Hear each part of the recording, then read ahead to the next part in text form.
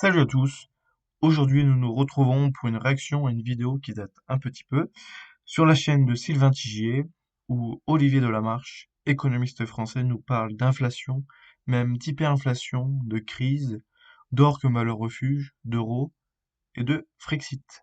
On commence à voir beaucoup d'économistes qui, il y a 10 ans, traitaient de débile mental et qui, aujourd'hui, sont sur la même ligne que ce que je dis depuis 10 ans. C'est-à-dire que ce qu'ont fait les banques centrales, la politique économique et monétaire qu'on mène depuis 10 ans est destructrice de l'économie réelle. Et on est en train de s'en apercevoir petit à petit. Alors là, il y a eu un truc génial qui est arrivé. Le truc génial, c'est le Covid. Covid, ça, je pense qu'ils en rêvaient toutes les nuits, et le truc arrive. Et c'est le prétexte parfait. C'est-à-dire, ça va leur permettre, de faire passer toutes les conneries qu'ils ont faites depuis 20 ans, et en plus, ça va leur permettre de justifier tout ce qu'ils vont faire et tout ce qu'ils font. En effet, comme on l'a vu, la Covid a été une aubaine pour le gouvernement car elle a masqué l'incompétence de notre très cher Bruno Le Maire et du Mozart de la finance, et qui plus est, la Covid a servi à faire passer une multitude de lois. Maintenant, le nouveau prétexte que le gouvernement a trouvé, c'est Poutine et la guerre en Ukraine. Tout est de la faute de Poutine. C'est-à-dire quoi? C'est-à-dire la privation, liberté, le flicage complet, et aussi le modèle économique dont finalement ils rêvaient, mais c'était difficile à installer comme ça. Là maintenant, tout passe avec le Covid, c'est-à-dire un modèle qui est uniquement basé sur la dette, qui est uniquement basé sur l'impression monétaire, qui permet à l'État de finalement soviétiser l'économie, c'est-à-dire de racheter les moyens de production, de vous payer directement, le revenu universel, c'est ça. Donc vous mettez tout le monde au chômage et ensuite vous proposez le revenu universel. Alors évidemment, les gens qui n'ont plus de boulot et qui n'arrivent plus à en trouver sont très contents qu'on vienne les aider. La seule chose, c'est qu'ils ne voient pas la contrepartie. La contrepartie, c'est quoi? C'est que vous devenez la propriété de l'État complète. Donc il va vous dire, une fois que vous versera le revenu universel, il vous dira, voilà, ça, injecte-toi ça dans les veines parce que sinon je te paye pas. Vous aurez votre salaire, vous aurez votre vie entière qui sera dans les mains de l'État, dans les mains de petits fonctionnaires du genre, imaginez le truc quand même, c'est du genre Gabriel Attal, adolescent attardé, qui va vous dire ce que vous devez faire, ce que vous pouvez faire, et ce qu'on acceptera de vous donner si vous êtes bien gentil et que vous faites pas trop de difficultés.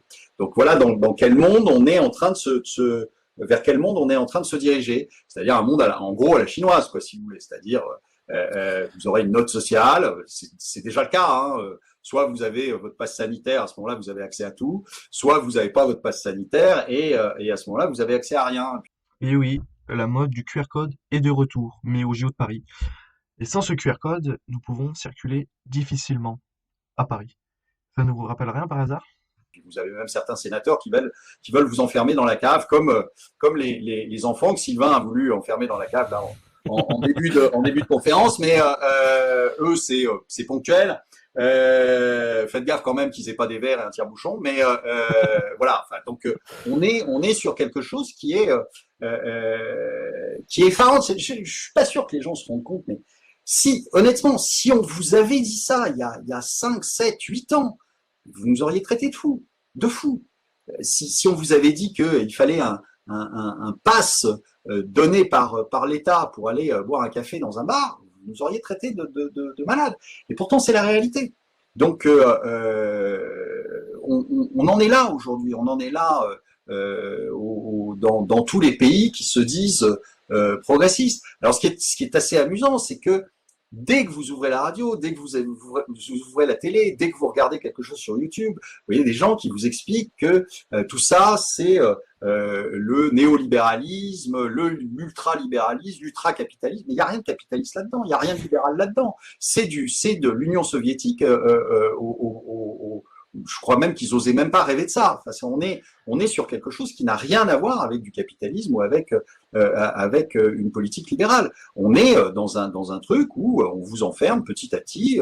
Je vous dis, on vous soviétise au dernier degré. Donc Je vois pas le rapport ni avec le capitalisme ni avec le néolibéralisme. C'est pratique, vous mettez néo devant chaque truc et puis comme ça veut rien dire et mais ça passe, vous faites tout de suite plus intelligent quand vous avez mis néo devant quelque chose. Donc voilà, aujourd'hui, c'est pas simplement, si vous voulez, un problème économique. On a dépassé ça depuis un bon moment. Ça a été au départ un problème purement peut-être de marché. Ensuite, ça a été un problème économique, macroéconomique, de l'économie réelle. Mais maintenant, c'est un problème de civilisation. Aujourd'hui, regardez ce qui se passe. Regardez ce qui se passe en Australie. Regardez ce qui se passe au Canada. Regardez ce qui se passe aux États-Unis. Regardez ce qui se passe en Europe. Je veux dire, on a dépassé, et de loin, le problème purement financier, purement boursier. Bourse, on s'en fout au final. Je veux dire, ça concerne quelques personnes qui ont des portefeuilles boursiers, mais on s'en fiche. C'est pas le sujet. Le sujet, c'est aujourd'hui, on est en train de changer la société. Le problème, c'est que si vous laissez passer ça, la suite, c'est quoi? Et oui, et je pense que nous avons laissé passer beaucoup trop de choses. Les Français doivent se réveiller car c'est la destruction de la France qu'ils veulent, que l'oligarchie veut, la destruction des États-nations et la soumission des peuples. Voilà. Alors, on peut peut-être regarder cette slide qui est intéressante, c'est du coup avoir du cash contre avoir de l'or au niveau de son patrimoine. Est-ce qu'on pourrait, ou est-ce que tu pourrais expliquer l'intérêt d'arbitrer et éventuellement d'échanger le cash que l'on a, que ce soit des euros, des dollars, du yen, ce que tu veux, pour les transformer en or, enfin en métaux précieux, en matières premières. Et pourquoi est-ce que c'est intelligent pour justement se protéger de l'inflation qui, je le rappelle, l'inflation réelle n'est pas aujourd'hui à 1 ou 2% comme l'expliquent entre guillemets les économistes et les chiffres officiels, mais qui est en réalité bien plus élevé. Alors personnellement, je suis en train de me renseigner pour acheter de l'or. Mais attention, j'ai vu que généralement l'or est taxé à hauteur de 11% par l'État sur la vente.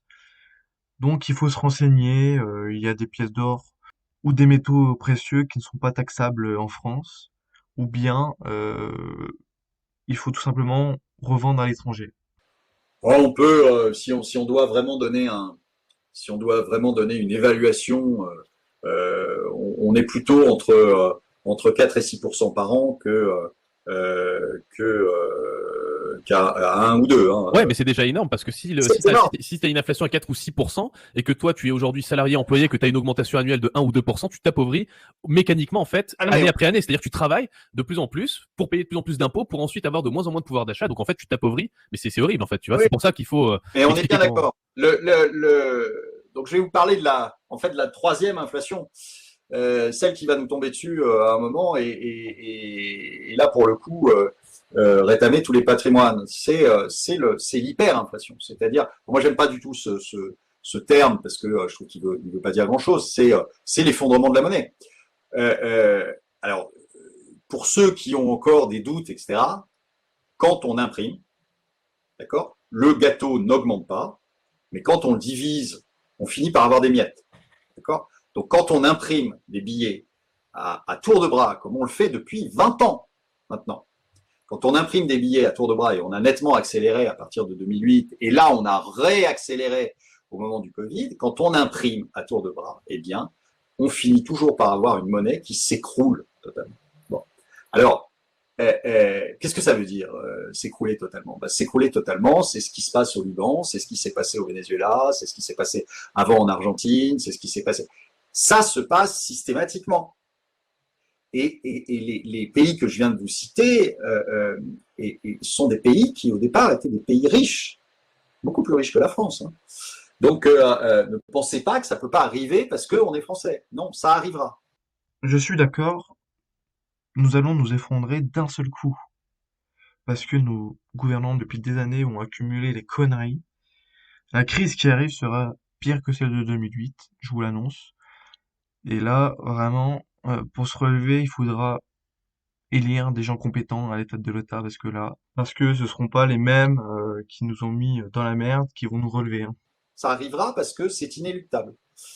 Quand vous avez cette politique de banque centrale, surtout que je vous ai dit au départ qu'ils ne pouvaient pas revenir en arrière, eh ben, ils ne peuvent pas revenir en arrière, donc vous aurez une fin qui sera un écroulement des monnaies. Alors beaucoup l'anticipent d'abord sur le dollar. Je ne veux pas leur faire de peine, mais je ne pense pas que ce sera le dollar en premier.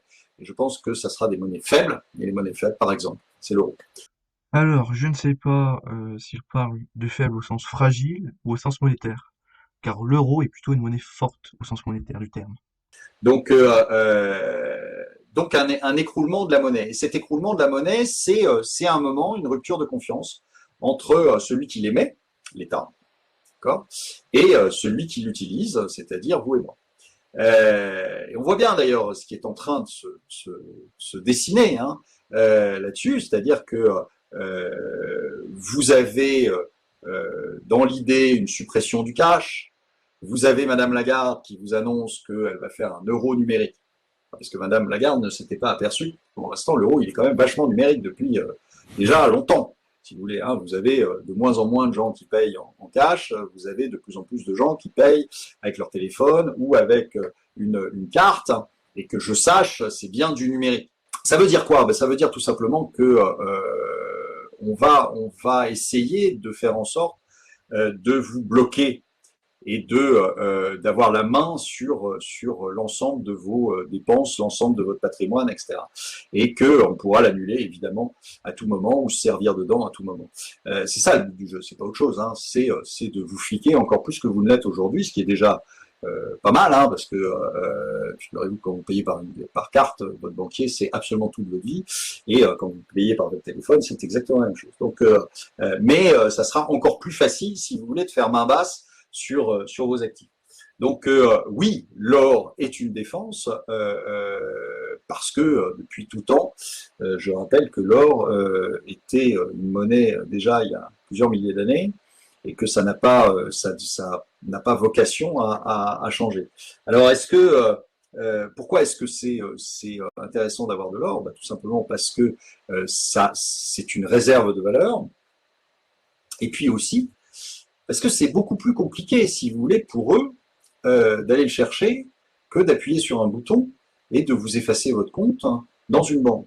Aujourd'hui, vous étiez Libanais avant la fermeture des banques. Vous êtes Libanais. Vous avez votre compte à l'extérieur, en France, en Italie, en Allemagne ou aux États-Unis, etc. Dans des banques européennes ou américaines. Bon. Vous partez le vendredi soir, le lundi matin, vous êtes en plus soit en euros, soit en dollars. Le lundi matin, vous arrivez, les banques sont fermées au Liban, toutes les banques sont fermées, la monnaie se casse la gueule comme il n'est pas possible. Si vous avez vos comptes dans des banques étrangères à l'étranger, il ne se passe rien pour vous. D'accord? Vous vivez comme avant. Vous n'avez pas fait ce mouvement-là. Vous avez vos fonds dans une banque libanaise, elle est fermée, vous n'avez plus accès à vos comptes, et à ce moment-là, l'État peut se servir dessus exactement comme il veut, et puis, comme vous êtes en livre libanaise, ça ne vaut plus rien. D'accord? Donc, on vous autorise à sortir 200 balles par semaine pour aller manger, sauf que vos 200 balles, très vite, ça n'achète plus rien. Donc, deuxième cas de figure. Puis troisième cas de figure, c'est exactement comme si vous aviez mis votre compte à l'étranger dans une banque. Vous avez de l'or. Aujourd'hui, l'or, si vous voulez, vous pouvez l'échanger contre des dollars et très bien vivre. Donc, vous pouvez même payer avec si ça vous amuse. Donc, c'est pas des billets qui, du jour au lendemain, peuvent ne rien valoir. Donc, oui, c'est intéressant. Alors après, vous n'avez pas que l'or, hein, vous avez l'argent, vous avez le platine, tout ça, c'est des métaux précieux. Tout ça, ça peut rentrer aussi dans une monnaie. Je l'ai dit plusieurs fois, mais je pense que les Chinois sont en train de préparer une monnaie qui probablement, dans un premier temps, sera diffusée dans toute l'Asie. Peut-être avec les Russes, c'est aussi possible. Une monnaie qui serait adossée, un yuan qui serait adossé sur de l'or physique et échangeable en or sur demande. Donc, il vaut mieux être du côté des Chinois qui réfléchissent, qui anticipent à long terme, plutôt que nos joueurs de bingo qui ne voient que leur réélection et pas plus loin que le bout de leur nez. Donc voilà, je pense que l'or est encore un bon support pour garder la valeur et pour échapper à ce qui nous arrive de façon certaine. Au-delà de l'inflation, je dirais courante, mais qui aujourd'hui est à mon avis, en ce qui concerne cette inflation-là, qui à mon avis est ponctuelle, parce que l'inflation, ça va avec l'activité. Or, aujourd'hui, vous n'avez pas d'activité, c'est pas vrai. Et en revanche, ça peut vous protéger contre l'hyperinflation, donc la destruction de la monnaie, qui, elle, est assez certaine, parce que, je vous dis, il faudrait, pour que il n'y en ait pas, il faudrait qu'on puisse revenir en arrière, qu'on puisse détruire la monnaie en quelque sorte qu'on a créée, et ça, malheureusement, ça va être compliqué. Alors merci au quantitative easing non maîtrisé pour sauver l'euro et surtout les États du sud de la zone euro pour financer leurs dettes. Merci d'avoir mal employé cette technique qui a des avantages économiques si on l'emploie correctement, mais là, la seule issue à cela, c'est l'inflation, l'hyperinflation et l'explosion de la monnaie. Ok, enfin entre guillemets tout cet échange sur la monnaie, ça va nous permettre d'enchaîner sur le prochain thème. On va réouvrir un petit peu le chat et on va vous mettre une petite question. On va vous afficher une question et vous allez y répondre de façon totalement honnête. Je pense qu'on aura plus ou moins tous la même réponse. Cette question, c'est votre niveau de vie s'est-il amélioré depuis l'entrée de la France dans l'Union européenne? Allez-y les amis, lâchez-vous dans le chat. Tels des tigres en furie. Je pense que on a tous plus ou moins la même réponse et puis ça va nous permettre d'enchaîner en fait sur la prochaine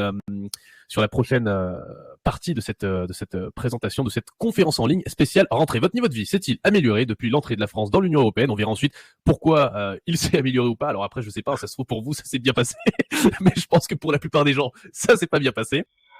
Alors, étant né après la mise en circulation de l'euro, je ne peux pas en témoigner. Mais mon père commerçant vous dirait que non, l'euro l'a appauvri. Donc, bah voilà. Hein. Ah, il y a quand même Yanis qui nous dit oui. On a Dominique qui nous dit oui, son niveau de vie a augmenté. Mais la majorité, c'est non. Hein. On est d'accord. On a globalement et majoritairement perdu au change. Alors, Georges qui nous dit moi oui. Alors, on a quand même des oui. On a quand même quelques oui. On n'a pas que du non. Alors, quand il y a du non, c'est du absolument pas. Et quand on a du oui, c'est du oui, mais du oui un peu timide. Bon, Olivier, est-ce qu'on va parler de l'euro? Est-ce que tu es chaud pour qu'on parle un petit peu de tout ça? Oui, on va parler de l'euro, que... mais aujourd'hui, les grands gagnants de ce qui se passe sont ceux qui détiennent des actifs. C'est les seuls qui sont gagnants. Tous les autres perdent. On a, que ce soit aux États-Unis ou en Europe, hein, c'est la même chose. C'est-à-dire que tout l'argent qui est créé est fléché. C'est-à-dire qu'il n'est pas créé pour tout le monde. Il est créé pour une certaine catégorie de gens qui ne représentent pas la totalité et même la majorité, qui est ceux qui détiennent les actifs. Aujourd'hui, vous demandez à Bernard Arnault si ce qui se passe depuis 20 ans l'a plutôt enrichi ou appauvri, il va vous dire que ça l'a enrichi. Pourquoi? Parce que tout l'argent qui est créé est aujourd'hui fléché pour que ça aille dans ses poches. Par l'intermédiaire de la hausse de la bourse, par l'intermédiaire de la hausse de tous les actifs qui sont financiarisés. Donc, vous avez des gagnants dans cette histoire. Gagnants pour l'instant, mais vous avez des gagnants, c'est une évidence. Quand vous aviez de l'immobilier il y a 20 ans, vous êtes gagnant. Vous êtes gagnant aujourd'hui, indubitablement, vous êtes gagnant. Donc, c'est pas perdu pour tout le monde, je dirais. Si vous aviez des actifs financiers il y a 20 ans, vous êtes très largement gagnant. Oui, mais dans ce cas-là, la question est, est-ce que ce gain aurait été le même avec le franc? Car pour moi, ce gain n'est pas, on va dire, une conséquence directe de l'euro, que ce soit pour le prix de l'immobilier ou pour la bourse. Donc, évidemment, tout le monde n'a pas subi l'euro et la mise en place des mesures qui ont été mises en place, notamment après 2008, etc. Et là, c'est pas juste un problème d'euro, puisque je vous dis, aux États-Unis, c'est exactement pareil. Vous avez la classe moyenne qui a été totalement éliminée par Obama pendant ses 2 mandats. Donc, il n'y a plus de classe moyenne aux États-Unis. et vous avez des très très très très très très très riches, hein, donc les Bezos, etc., Musk et compagnie. Et puis vous avez, parce que eux détiennent les actifs, donc évidemment leur cours de bourse a été multiplié par X, etc. Et donc ces gens-là aujourd'hui s'en portent très bien. Maintenant, vous avez aussi beaucoup de monde qui s'en porte très mal. Donc allez demander aux Grecs si l'euro c'était une bonne idée. Allez demander aux Italiens si l'euro était une bonne idée. Allez demander aux Portugais, allez demander aux Espagnols si l'euro était une bonne idée. Je pense pas. Voilà. La question du coup, Olivier, que je te pose, c'est est-ce que on serait parti pour un Frexit, oui ou non? Non, parce que je vais vous dire non. Non, parce que les Français ne sont pas prêts et gobent ce que disent les médias à ce sujet. Ils ne voient pas le problème et ne savent pas que, allez, 3/4 de nos problèmes proviennent de notre perte d'indépendance, notre indépendance qui a été vampirisée littéralement par l'Union européenne. Non. Non, parce que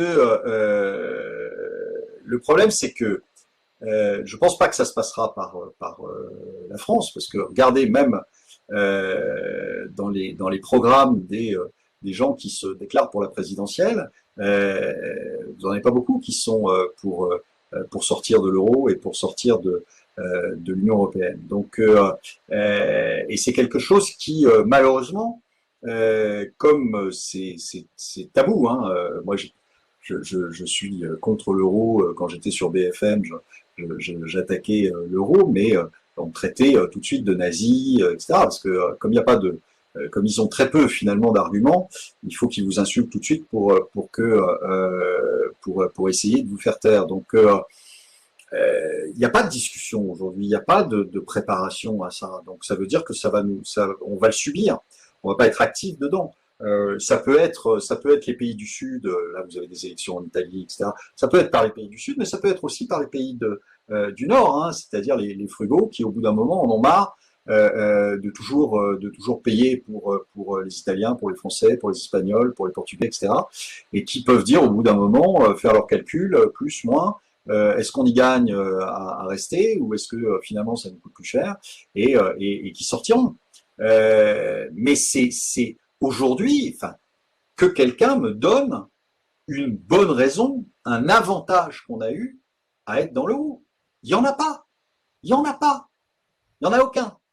Alors si vous avez des gamins qui m'ont dit une fois, bah ouais, mais ça nous évite de changer notre argent quand on voyage. Ouais, d'accord. Enfin bon, avant vous voyagez, vous alliez à Londres, vous preniez du sterling, ça vous empêchait pas de vivre. Hein, bon, donc non, aujourd'hui, il n'y a absolument aucun avantage. Alors qu'on ne me dise pas, parce que vous avez toujours les mêmes qui arrivent en disant ah mais l'Europe c'est la paix. Non, l'Europe c'est pas la paix, c'est la bombe atomique la paix. Point.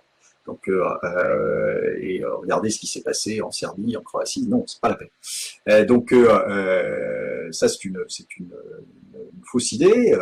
Quelles sont les réalisations de l'Europe? Là, le plan de relance, c'est je paye 80 et enfin même pas, je peux aller jusqu'à payer 120 et je récupère 40. Et sous certaines conditions, puisque l'UE va nous dire quoi faire avec, au final, notre argent. C'est scandaleux. 120 qui sortent, 40 qui rentrent. Pourquoi pas emprunter 40 et nous-mêmes avec nos petits bras et faire de la relance avec 40 qu'on a emprunté. Ben non, il faut que le système européen, il faut qu'on paye jusqu'à 120 pour récupérer 40, mais on est en l'air de 80, c'est ça que ça veut dire. Et en plus, on a même plus de souveraineté puisque en échange de ces 40 qu'on va nous donner, qu'on va nous redonner après avoir perdu, je vous dis 80 potentiellement, eh bien, on va nous demander un certain nombre de choses. On va nous demander de faire un certain nombre de réformes. C'est ce que je vous disais tout à l'heure en commençant, Bruno Le Maire, quand il dit on va arrêter et on va cibler nos aides, bah, c'est un message à l'Europe. C'est-à-dire, vous inquiétez pas, on va faire ce qu'on nous a demandé, c'est-à-dire qu'on va quand même mettre le pied sur le frein de la bête. C'est un message à l'Europe, c'est pas autre chose. Donc ça veut dire qu'on est en permanence à demander la permission dès qu'on veut faire quelque chose avant à Madame Merkel, après on va voir à qui, mais c'est effarant, ça ne nous apporte rien. Ça ne nous apporte rien, on est totalement impuissants. Vous avez vu à chaque fois les gesticulations de Le Drian ou des Européens vis-à-vis de tel ou tel pays, mais on est incapable d'envoyer qui que ce soit dans un pays. Il n'y a pas d'armée commune. Il y a que des coups. Il y a que des coups, et c'est l'Union européenne aujourd'hui, la Commission européenne, tout ça, c'est un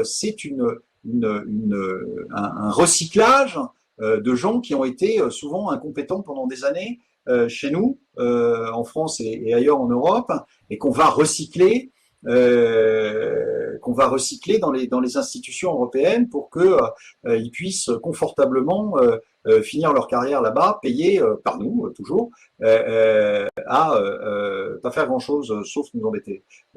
Donc en fait, l'Union européenne, c'est la poubelle jaune des pays, quoi. Van der Leyen, Christine Lagarde, Thierry Breton, et j'en passe. Effectivement, des incompétents recyclés, comme il dit. C'est épouvantable. Enfin, ça sert à rien, ça coûte un pognon de dingue, comme certains diraient, et c'est juste le dernier degré de l'incompétence. Ouais, et ben en tout cas, c'est quand même cool un système où en gros tu donnes des lois, tu demandes de l'argent aux gens, tu leur rends une petite cacahuète par rapport à tout ce qu'ils t'ont donné, et en plus de ça, tu leur donnes des ordres. C'est quand même cool, non? Oui. Et ça fait Et en plus, tu peux pas les virer parce que c'est la négation de la démocratie. L'Europe, hein. C'est dirigé par la Commission et personne ne les élit, ces gens. Donc vous pouvez pas les virer non plus. Donc si vous voulez, moi je pense que et puis à propos de la question originelle, le Frexit. Le problème, c'est que vous pouvez pas faire un Frexit avec l'équipe actuelle. D'accord? Parce que faire un Frexit avec l'équipe actuelle, c'est juste catastrophique. Hein, donc, et je vous dis, moi, je pense qu'on le subira, le Frexit. On ne sera pas moteur de ça. Et donc, quand vous le subissez, ça va être catastrophique. Contrairement à ce que disent certains économistes qui nous promettent une croissance de rêve, plus de chômage, etc., à partir du moment où on aura fait le Frexit, malheureusement, non. Alors oui, certainement que si nous ne sommes pas moteurs du Frexit et que nous le subissons, et que les mêmes incompétents nous gouvernent, le Frexit sera une catastrophe. Mais si les bonnes personnes le gèrent, il y aura une petite crise, il ne faut pas le cacher, sur quelques années, car les marchés financiers vont paniquer par exemple, mais à long terme, nous ne gaspillerons plus notre argent dans cette bureaucratie, nous serons maîtres de notre politique, nos exportations redémarreront, nous pourrons contrôler les délocalisations, l'immigration, et j'en passe. À long terme, c'est une merveilleuse chose, à condition que ce soit fait avec les bonnes personnes et la meilleure manière possible. Alors ça ne sera pas non plus, si vous voulez, la fin du monde, comme on l'avait promis aux Anglais, rappelez-vous, alors pas question là de la monnaie, de l'euro, mais parce qu'ils n'y étaient pas, mais on leur avait annoncé la fin du monde pour dès qu'ils seraient sortis. On s'est aperçu qu'il n'y avait pas plus de fin du monde que de beurre en branche, mais voilà, donc il faut pas, il n'y a pas besoin je dirais, de paniquer, mais le fait est que il faut pas penser que le Frexit se ferait sans douleur. C'est pas vrai. Le Frexit, il se fera avec de la douleur. Simplement, on récupérera notre souveraineté, on récupérera la possibilité déjà de faire des économies énormes, hein, puisqu'on n'aura plus à payer l'Europe, ce qui nous fera faire des économies énormes. Mais ne pensez pas que ça puisse se faire comme ça facilement, c'est parce que c'est pas vrai.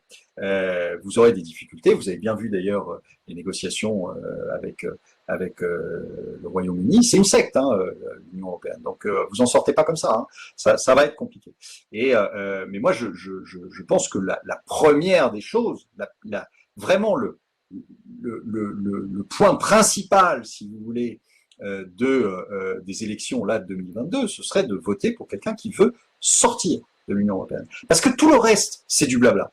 Vous avez aujourd'hui, dans tous les programmes, ils vous disent « Ah mais non, on va négocier avec lui. » Mais qu'est-ce que tu négocies? Tu négocies que dalle, t'as pas de pognon. D'abord, et t'as rien pour négocier. Donc tous les Mélenchon, les gens du LR, etc., qui vous disent on va négocier avec l'autre. Non, c'est pas vrai. C'est pas vrai.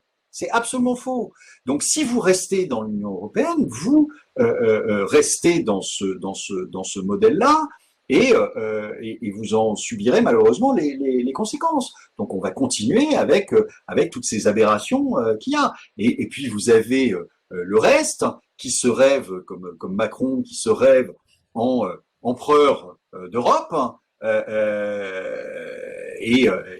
ce qui est quand même une progression fabuleuse. Hein. Il est passé de chef de classe à président, et puis il se rêve en empereur d'Europe.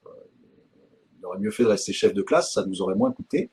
Mais voilà, aujourd'hui, c'est le premier truc, et c'est le seul truc à savoir quand vous allez mettre un bulletin dans l'urne, c'est que la question, c'est on sort de l'Union européenne. Parce que sinon, tout le reste, c'est bullshit. C'est bullshit. Ils pourront rien faire, de toute façon. Alors là, je n'ai rien à ajouter. Il explique très bien l'escroquerie des partis politiques en France. C'est bullshit. Avec la dette là qu'on vient de se choper, vous êtes sûr que l'Union européenne demandera des comptes, c'est-à-dire que l'Union européenne exigera que les impôts explosent parce qu'il faudra rembourser la dette, ou en tout cas faire semblant pour parce qu'elle est irremboursable déjà. Donc, non, mais remettons aussi une chose au clair. Qu'est-ce que tu veux augmenter les impôts? On est déjà à 64,5% de taux d'imposition globale si on fait les calculs. Tu veux monter à 80%? Qu'est-ce que tu veux? Mais tu augmenteras. Ils vont te faire le coup, ils vont te faire. Je sais pas si tu te souviens, peut-être pas parce que t'es peut-être trop jeune pour ça, mais je sais pas si tu te souviens, mais régulièrement, on nous collait un impôt sécheresse. Oh, je me souviens pas, mais par exemple, il y a eu un impôt sécheresse, etc. Il y avait des impôts sécheresse. Là, il y aura un impôt Covid. Et c'est écrit. C'est écrit. Mais en fait, le truc, c'est qu'on peut pas. Tu sais, là, on arrive dans une situation où c'est extrême, c'est-à-dire que tu as un taux d'imposition, tu redonnes quasiment 2 tiers de ce que tu gagnes à l'État entre ton IR, donc ton impôt sur le revenu, ton impôt sur les sociétés, la TVA qui est un impôt indirect. Vous savez que quand vous achetez un produit, il y a 20% du prix que vous payez qui part en taxe, et ça s'appelle la taxe sur la valeur ajoutée. Donc c'est du pouvoir d'achat, vous avez 20% de pouvoir d'achat en moins. Donc IS, impôt sur la société, IR, impôt sur le revenu, charge sociale sur votre salaire. Entre le brut et le net, vous voyez bien qu'il y a une différence, c'est des charges que vous payez. TVA, vous reversez 64,50% de ce que vous gagnez. Sur 100 euros que vous gagnez, il y a 64,50 € qui partent en taxes diverses, direct et indirect, et il vous reste du coup la différence, donc ça fait 35-50 si je dis pas de bêtises. Qu'est-ce que tu veux monter les impôts? Tu vas monter à quoi? 90% d'impôts? Mais Sylvain, ils monteront, je te le promets, parce qu'ils n'ont pas le choix. Il y a deux solutions. Aujourd'hui, quand tu fais de la dette, c'est de l'impôt futur. C'est quelque chose que tu ne payes pas tout de suite, mais que tu paieras. Donc, cette dette-là, tu vas la payer d'une manière ou d'une autre. D'accord? Il y a deux manières d'effacer la dette. C'est d'avoir de la croissance, ça tu sais que tu n'en auras pas. Oui, là, oui. C'est d'augmenter les impôts, ça tu peux. Tant qu'ils t'ont pas tout piqué, tu peux. Hein. Et la dernière méthode, et je pense que ça sera un combiné des deux, c'est l'effondrement de la monnaie. Ouais, c'est pour moi aujourd'hui évident. Enfin, ce que je veux te dire par là, c'est qu'aujourd'hui, une entreprise qui est quand même le moteur de croissance d'un pays, parce que c'est l'entrepreneur et les entreprises qui payent le plus d'impôts, qui en payant les salaires payent des charges sociales, qui en faisant du bénéfice payent de l'IS, et qui en payant des salariés, qui eux-mêmes vont payer de l'IR et de la TVA. Quand tu as un taux d'imposition global aussi élevé en France, c'est un niveau qui est limite punitif. Monter les impôts ne pourrait. Je pense que ce levier-là, ils le feront très probablement. Mais je veux dire, là, on est en train d'asphyxier le pays parce que là, t'es en train de tuer tout le monde. C'est pour cette raison que je n'ai pas envie de monter une entreprise en France. Car entre les normes, les impôts, les taxes, les incompétents à la tête de l'État et la monnaie qui nous pénalise, c'est mal barré pour un entrepreneur en France. Il est le pays déjà. On sait qu'on n'aura pas de croissance. Donc, je te dis, ils le feront, et tu auras l'autre méthode, enfin si on peut appeler ça une méthode, c'est la destruction de la monnaie. Mais la destruction de la monnaie, ça revient ça t'appauvrit tout le monde, du coup. Si tu détruis la monnaie, t'appauvris tout le monde. Ça revient au même. Mais de toute façon, le problème, si tu veux, c'est que il n'y a pas de troisième voie. Il n'y a pas de troisième voie. C'est-à-dire, ne cherchez pas, il n'y en a pas. D'accord ? La troisième voie, c'est si vous gobez que Bruno Le Maire, avec ses petits bras, va vous monter la croissance à 6%. Mais c'est faux. Voilà. aucun ministre d'ailleurs n'a augmenté la croissance. C'est pas ministre qui va augmenter la croissance. La croissance, elle est là pour avec des variables démographiques, elle est là avec des variables technologiques, elle est là avec les ressources, les matières premières que vous avez, que vous extrayez du sol, etc. L'énergie, tout ça, c'est des variables qui vont faire votre croissance. Aujourd'hui, cette croissance, elle est quasi nulle. Donc, c'est pas ça qui va rembourser la dette. La dette, aujourd'hui, elle va s'effacer de deux manières. Les impôts, toujours plus. Et le deuxième truc, ça va être l'hyperinflation, donc la destruction de la monnaie, et qui va toucher tout le monde. De toute façon, que ce soit l'une ou que ce soit l'autre, tu te fais dépouiller. Dans tous les cas, là, il y a un truc qui est obligatoire, c'est là, on est obligé de se mettre entre guillemets à chercher des actifs et à investir parce que tu peux pas rester là comme ça avec ton argent sur ton compte, tu te fais éclater. Enfin là, c'est évident en fait. Mais tu te fais éclater. Simplement, dites-vous bien, et ça, je pense que réellement, ça va être le sujet. C'est-à-dire que je pense qu'il faut changer complètement de logiciel. C'est-à-dire, il faut réfléchir autrement. Autrement, c'est-à-dire que n'ayez pas les mêmes réflexes que pouvaient par exemple avoir nos parents. Vous pouvez faire de l'immobilier, mais faites-le autrement. Vous pouvez faire entre guillemets des placements financiers, mais faites-le autrement. Parce que si vous le faites avec le logiciel d'il y a 20 ans, vous allez vous planter. Et pour une raison qui est simple, ouais. On n'est plus dans la même. Il y a 20 ans, jamais il y a 30 ans, jamais les gouvernements auraient fait ce qu'ils ont fait là. Donc là, vous êtes rentré dans une nouvelle ère et il faut être prêt à affronter les conséquences. Aujourd'hui, vous avez de moins en moins de droit de propriété en France. Ça n'existe plus, le droit de propriété. Donc, au final, je pense que l'idée, c'est que on soit tous locataires. Et oui, c'est leur objectif, qu'on ne soit plus propriétaire de notre maison, de notre voiture, de plein de choses. Et rien que la loi de programmation militaire qui permet à l'État français de saisir nos biens, ça aussi c'est scandaleux. L'objectif, c'est que les biens meubles et les biens immobiliers soient détenus par une poignée de personnes, par une oligarchie, et qu'on soit soumis à eux, et qu'on leur doive quelque chose qui est l'argent. L'argent, le nerf de la guerre. Mais locataire de tout. D'accord ? Forfait téléphonique, location immobilière. Regardez ce qui se passe aux États-Unis. Aux États-Unis, depuis la crise, vous avez des grands financiers comme BlackRock, etc., qui ont racheté à tour de bras de l'immobilier. Et aujourd'hui, les Américains sont passés d'une société qui visait le 100% de propriétaires, si vous voulez. Ouais, c'était le rêve américain en fait, hein, c'était d'avoir sa maison. À aujourd'hui une société de locataires. De plus en plus de locataires, de moins en moins de propriétaires. Et aujourd'hui, qui sont pieds au point liés, parce que le BlackRock en question, il vous augmente les loyers comme il les a jamais augmentés. Donc vous avez aujourd'hui certains Américains qui dépensent jusqu'à 50% de leurs revenus pour se loger. Donc, et c'est ça qui est visé au final, c'est-à-dire que les actifs soient concentrés dans quelques mains. Ce que j'appelle la soviétisation, c'est ça. Hein, en fait, vous aviez quelques membres du Parti communiste soviétique qui détenaient tous les actifs, les oligarques, et puis le reste était locataire. La création d'une oligarchie en somme. Enfin, je dis la création, mais elle est bien présente depuis des années. Depuis des décennies, cette oligarchie. Hein. Elle n'est pas née du jour au lendemain. Hein. Et cette oligarchie veut justement renforcer son hégémonie sur les citoyens, sur les gens, sur les citoyens européens, occidentaux. Ben c'est ce qu'on vise aujourd'hui. C'est ce qu'on vise aux États-Unis aussi bien qu'en Europe. Donc une société de locataires, tu ne seras plus propriétaire de ta voiture, tu seras locataire d'une voiture, t'es pas propriétaire de ton téléphone, t'es pas propriétaire de ta maison, t'es locataire surtout. Bientôt, tu loueras ton corps aussi, ça c'est vrai, de Laurent Alexandre, qu'on n'a pas encore enfermé dans la cave, mais on devrait. Voilà, enfin, le but, enfin ce vers quoi on va, et c'est pour ça que je pense que c'est un vrai changement de civilisation et pas juste un problème de crise boursière ou même de crise monétaire. C'est un modèle qui, moi, ne me réjouit pas. Voilà. Cette vidéo touche à sa fin, j'espère qu'elle vous aura plu.